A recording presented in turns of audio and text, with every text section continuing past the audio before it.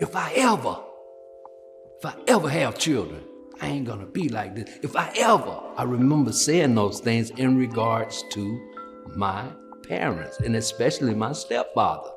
I didn't understand the difference between a father and a stepfather. I just figured, hey, he just ain't the one that brought me into the world, but he's gonna play that same role.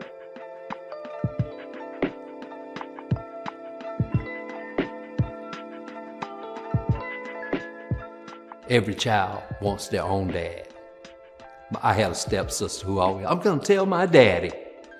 And because he wasn't my dad, he was my stepdad, I feel some kind of way.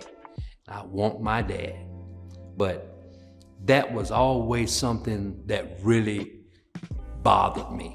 Not having my dad and have someone say, I'm gonna tell my dad. And I'm not able to do that. So it really left a negative impression on me about men not being there for their children. When I became a father for the very first time, I was 17 years old and not even interested in fatherhood, not even knowledgeable, not caring about none of that. Just a young teenager out there.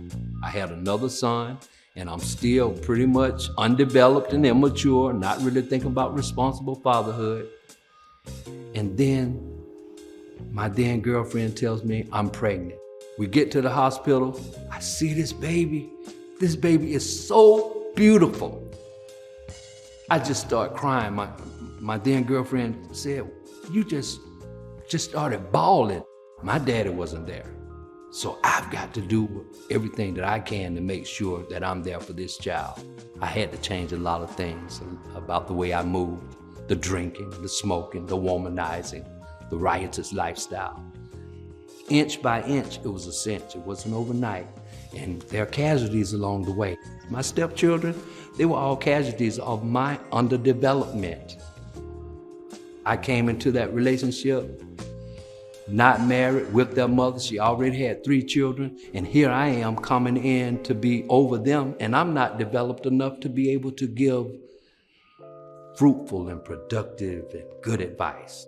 Turning point came when I started engaging community organizations like the one that my mentor, Brother Roosevelt Muhammad, was doing. He was doing what is called a Teen Dads program. And because I was a teen dad, I would go and speak of my experience. And the young guys, 13 and 19-year-olds, they would gravitate toward me, my story.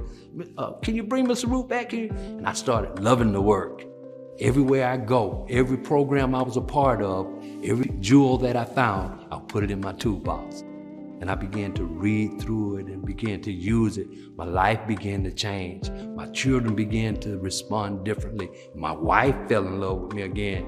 Transition started happening. I said, I like this. It's very personal for me now.